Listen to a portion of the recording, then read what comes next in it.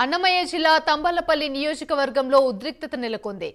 పెద్దతిప్ప సముద్రం మండలం మద్దయ్యగారిపల్లెలో ఆంజనేయ స్వామి విగ్రహ ప్రతిష్టకు పెద్దిరెడ్డి రామచంద్రారెడ్డి, ద్వారకానాథ్ రెడ్డి వస్తున్నారు. అయితే విగ్రహం పెట్టిన స్థలం R&B పరిధిలో ఉన్నందున విగ్రహ ప్రతిష్ఠ చేయకూడదని పీటీఎం పోలీసులు, రెవెన్యూ సిబ్బంది అంటున్నారు. మరోవైపు నియోజకవర్గంలోని పెద్దిరెడ్డి రామచంద్రారెడ్డి అడుగు పెడితే అడ్డుకుంటామని హెచ్చరిస్తూ అంగుళ్లకు చేరుకుంటున్నారు తెలుగు తమ్ముళ్లు.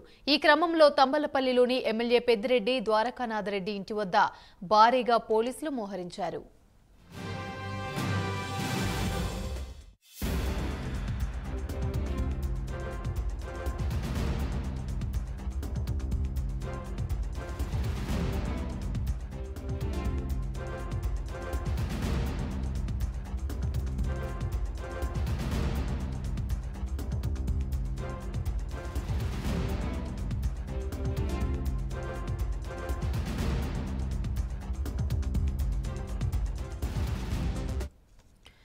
రైట్, ఇక ఇదే అంశానికి సంబంధించి మరిన్ని వివరాలు మా ప్రతినిధి హరిబాబు అందిస్తారు.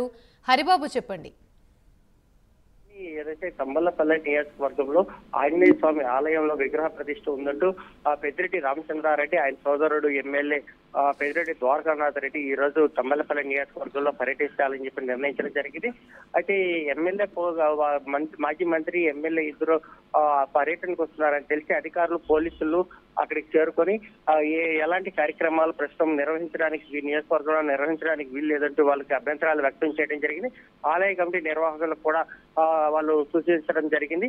ఆ పెద్దిరెడ్డి ద్వారకానాథ్ రెడ్డిని తంబలపల్లిలో హౌస్ అరెస్ట్ చేసిన పరిస్థితి అయితే కనిపిస్తోంది.